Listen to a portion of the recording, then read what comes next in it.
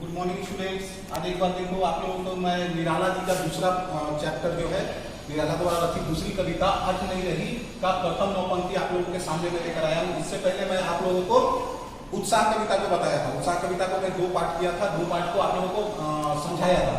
आज ठीक उसी का दूसरा भाग में देखो अपने पुस्तक खोलकर, उसमें अर्थ नहीं रही प्रथम 9 पंक्ति आज का हमारा विषय है। ठीक है, तो प्रथम 9 पंक्ति में पहले मैं 3 पंक्ति को बता रहा हूँ, प्रसंग, व्याख्या और सौंदर्य के साथ। उसके बाद मैं ये 6 पंक्ति को फिर प्रसंग, व्याख्या और सौंदर्य के साथ मैं आप लोगों को समझाऊंगा। देखो पहले में क्या है, अट नहीं रही आभा फागुन की तन सट नहीं रही है। यहाँ तक पहले मैं इसकी शब्दार्थ को लिख दे रहा हूँ आप लोगों को सामने यहाँ पर। ठीक है, शब्दार्थ के बाद मैं इसकी व्याख्या को भी समझाऊंगा। ठीक है, तो पहले मैं प्रथम 3 पंक्ति की शब्दार्थ को लिख रहा हूँ।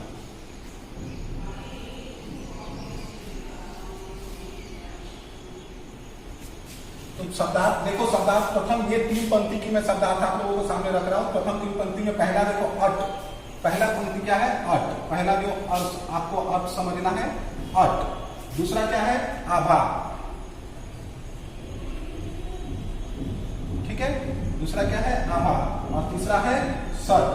फागुन तो आप जानते ही हो, फागुन महीने का नाम है, हिंदी के महीने का नाम है फागुन। क्या है, सट। ठीक है, अब देखो इसके मैं शब्दार्थ को आप लोगों को समझा दे रहा हूं। प्रवेश करना। ठीक है, आभा का अर्थ होता है चमक और सट का अर्थ होता है समाना। अच्छा, यहां पर वाले तन एक शब्द है, इसको भी मैं लिख दे रहा हूं, तन। तन का अर्थ होता है शरीर। तब क्या होगा, शरीर के अंदर समा जाना।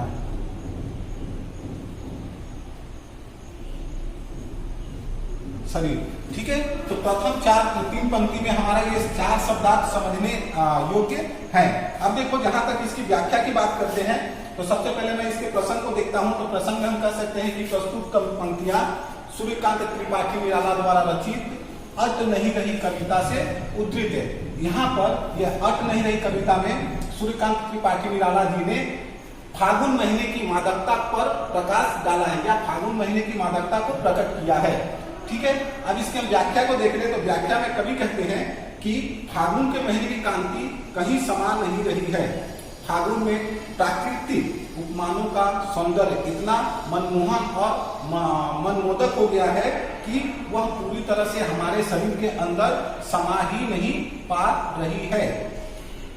सर्वत्र सुंदर एवं हृदयग्राही नजरें बिखरी हुई है। फागुन के महीने में चारों तरफ वातावरण बहुत ही सौंदर्यमय बना हुआ है। ऐसी परिस्थिति में क्या होता है, कवि कहते हैं कि सभी एक साथ मन में नहीं बसाए जा सकते। जो प्राकृतिक सौंदर्य बिखरे हुए हैं, ये प्राकृतिक सौंदर्य को हम एक साथ अपने मन के अंदर समाहित या समा नहीं सकते हैं। ये इतने अधिक सौंदर्यमय बने हुए हैं। अब जहां तक भाव सौंदर्य की बात कर ले तो भाव सौंदर्य में कवि का कहना है, कवि कहते हैं कि अगर हमारा मन सर्वत्र या हमेशा प्रसन्न रहा तो हमारे लिए हर एक दिन, हर एक पल ये बिल्कुल फागुन के महीने की तरह ही बीतेगा, या फागुन के महीने की तरह ही हम हमेशा सौंदर्यमय बने रहेंगे। ठीक है, अब देखो इसकी मैं चूंकि उत्साह कविता को ही बताया था, तो उत्साह कविता में भी मैं 4 पॉइंट्स को ज्यादा आप लोगों को पढ़ने के लिए बताया था। पहला क्या बताया था, प्रसंग, दूसरा व्याख्या, तीसरा भाव सौंदर्य और चौथा शिल्प सौंदर्य। तो हर पिछले कक्षा की तरह मैं शिल्प सौंदर्य भी 3 पंक्तियों को आप लोगों के सामने लिख दे रहा हूँ। आप लोग अपने कॉपी में नोट डाउन कर ले। ठीक है, तो शिल्प सौंदर्य में यहाँ लिख दे रहा हूँ।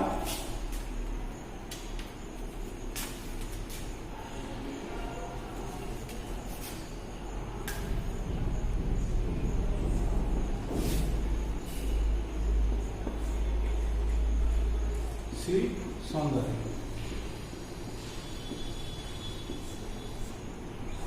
पहला फागुन की सुंदरता का मनोहरी चित्रण किया गया है। पहला कौन सा लिख सकते हो, फागुन के महीने का मनोहरी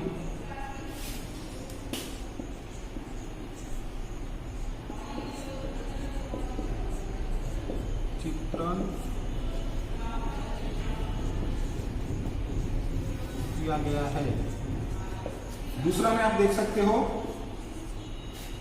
पद्यांश में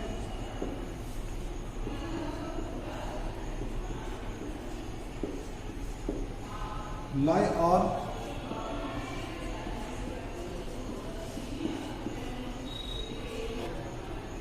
संगीत का प्रयोग हुआ है।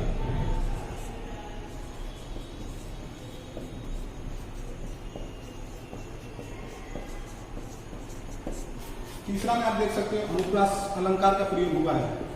प्रथम 3 पंक्ति में अनुप्रास अलंकार का प्रयोग हुआ है।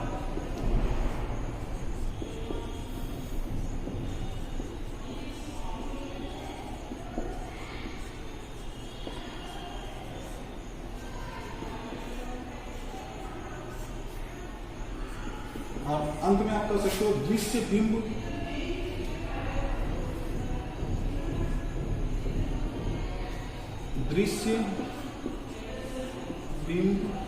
का मनोहरी प्रयोग हुआ है।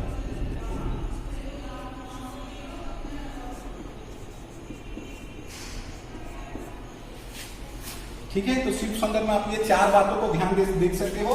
ठीक है, अब इसके बाद हम क्या करते हैं, अगली 6 पंक्ति, ये जो 1 2 3 4 5 6 पंक्ति, इन 6 पंक्तियों की शब्दार्थ को पहले लिखते हैं और फिर बिल्कुल पहली पंक्ति की तरह प्रसंग, भाव सुंदर, शिव सुंदर को भी समझाने का प्रयास करते हैं। ठीक है, तो हम अब देख लेते हैं, उधर पे मैं रफ कर रहा हूं और इसके बाद मैं वहां शब्दार्थ को लिख रहा हूं।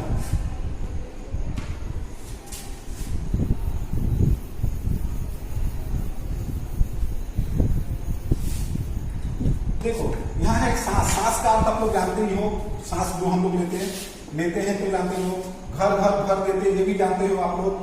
यहाँ पर जो समझने का विषय है, तो यहाँ पर सिर्फ हम 2 चीज को समझ सकते हैं, एक नभ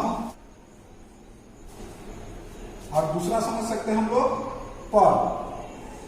ये 2 चीज को हम लोग समझ सकते हैं। ठीक है, तो 2 की शब्दार्थ को हम लिख देते हैं दोनों के।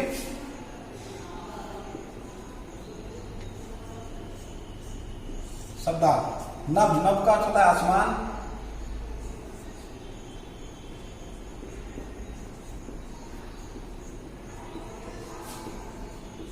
और पर का अर्थ होता है पंख। ठीक है, ये 2 यहाँ पर शब्दार्थ हमारे समझने के। हट्टा मतलब जानते हो, आंख मतलब जानते ही हो। ठीक है, अब देखो हम इसकी प्रसंग को पहले समझ लेते हैं कि प्रसंग में यहाँ इस 6 पंक्ति में कवि क्या कहना चाहते हैं। तो कवि ने फागुन महीने की मादकता को प्रकट करते हुए फागुन को सर्वव्यापक सुंदरता एवं उसके सजीवपन को हमारे समक्ष रखने का प्रयास किया है ये 6 पंक्ति में। अब देखो अपनी पुस्तक में 6 पंक्ति पढ़ के देखो, कहीं सांस लेते हो, घर भर देते हो, उड़ने को नभ में तुम पर कर देते हो, आंख हटाता हूं तो हट नहीं रही है। अब इसकी हम व्याख्या को देख ले तो कवि निराला फागुन को संबोधित करते हुए कहते हैं कि फागुन के आने पर चारों तरफ वातावरण इतना सौंदर्यमय बना हुआ है कि जहां कहीं भी वह सांस लेते हैं, हर एक तरफ वह फागुन का ही सुगंध को पाते हैं। फागुन में ही सुगंध से परिपूर्ण आकाश में उड़ने के लिए क्या किए हैं, हम मानवों में पंख लगा दिए हैं। अर्थात वह इतना अधिक सुगंध से बिखरा हुआ है, जैसे लग रहा है मानो हम लोगों के अंदर या हम में क्या हुआ है, पंख लग गए हैं इस सौंदर्यमय आकाश में उड़ने के लिए। फागुन के महीने में सभी प्राणियों पर क्या होता है, मस्ती का वातावरण छाया रहता है। हर एक प्राणी क्या है, अपने आप में मस्त मौला जीवन व्यतीत करने का प्रयास करते हैं और प्रसन्नता के कारण स्वयं को वो क्या करते हैं, हल्का महसूस करते हैं। चारों तरफ इतना अधिक सौंदर्य फैल गया है, यदि मैं उससे अपनी आंखों को हटाना भी चाहता हूँ, फागुन के महीने में चारों तरफ इतना अधिक सौंदर्य बिखरा हुआ है, प्राकृतिक सौंदर्य, कि कवि कहते हैं कि अगर मैं उससे अपनी आंखों को हटाना भी चाहूँ तो चाहकर भी मैं अपनी आंखों को उन सौंदर्य से हटा नहीं सकता। ठीक है, अब देखो यहाँ भाव सौंदर्य को हम देख लेते हैं हर एक पंक्ति की तरह। तो भाव सौंदर्य में कवि कहते हैं कि फागुन का महीना आने पर सर्वत्र हृदयग्राही और मनोरम छाया रहता है, मन भावन खुशबू और मनोरम दृश्य छा जाते हैं। अर्थात फागुन की महीने की विशेषता को बताते हुए इसमें भाव सौंदर्य के रूप में वे कहते हैं कि जब फागुन का महीना आता है तो वातावरण में चारों तरफ हरियाली छाई हुई रहती है, चारों तरफ खुशियों का वातावरण बना हुआ रहता है। फिर हम क्या करते हैं, प्रथम पंक्ति की तरह ये जो शिल्प सौंदर्य था, इस शिल्प सौंदर्य को हम फिर ये 6 पंक्ति के शिल्प सौंदर्य को हम देखने का प्रयास करते हैं और आप लोगों को समझाते भी है।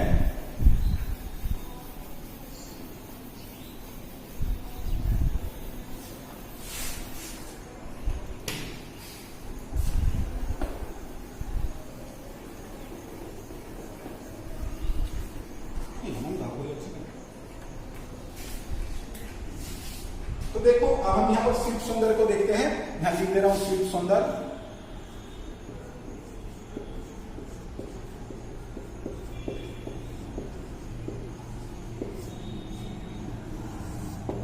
ठीक है, तो पहला हम शिल्प सौंदर्य में क्या कह सकते हैं, फागुन के महीने के मानवीकरण हुआ है।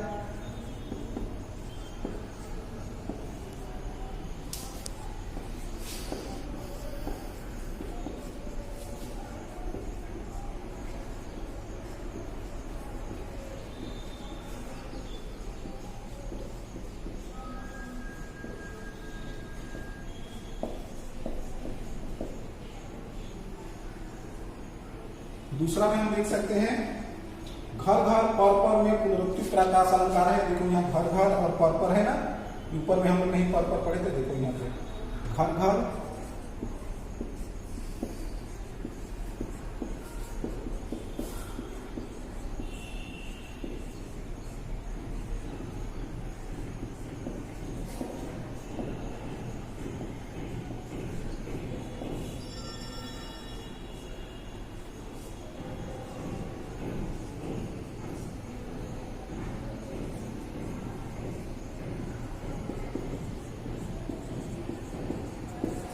तीसरा में हम क्या देख सकते हैं, फागुन का मनमोहक आकर्षक वर्णन किया गया है। फागुन का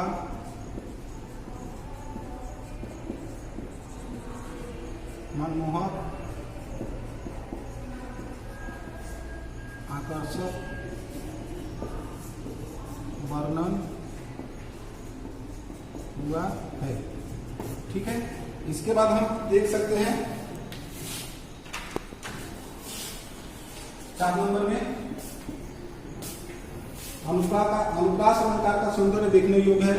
इन 6 पंक्तियों में अनुप्रास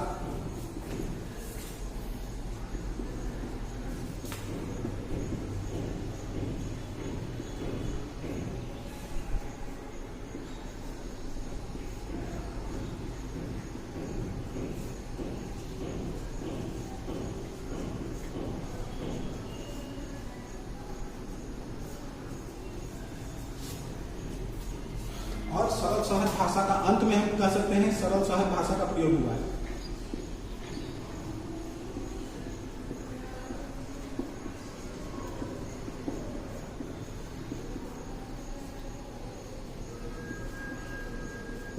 ठीक है, तो ये हमारा था प्रथम 9 पंक्तियों का शब्दार्थ के साथ और शिल्प सौंदर्य के साथ व्याख्या प्रसंग। ठीक है, अगली कक्षा में जब हम आएंगे तो बची हुई जो पंक्ति है 4 या 5 पंक्ति अगली कक्षा में हम आप लोगों को बताएंगे। तब तक आप लोग ये शिल्प सौंदर्य, भाव सौंदर्य, शब्दार्थ और ये पंक्ति की व्याख्या भली भांति लिखकर अपने कॉपी में रख लें। ठीक है, अगली कक्षा में हम फिर अगली पंक्ति को लेकर आप लोगों के सामने आऊंगा। तब तक थैंक यू, धन्यवाद, फिर मिलते हैं।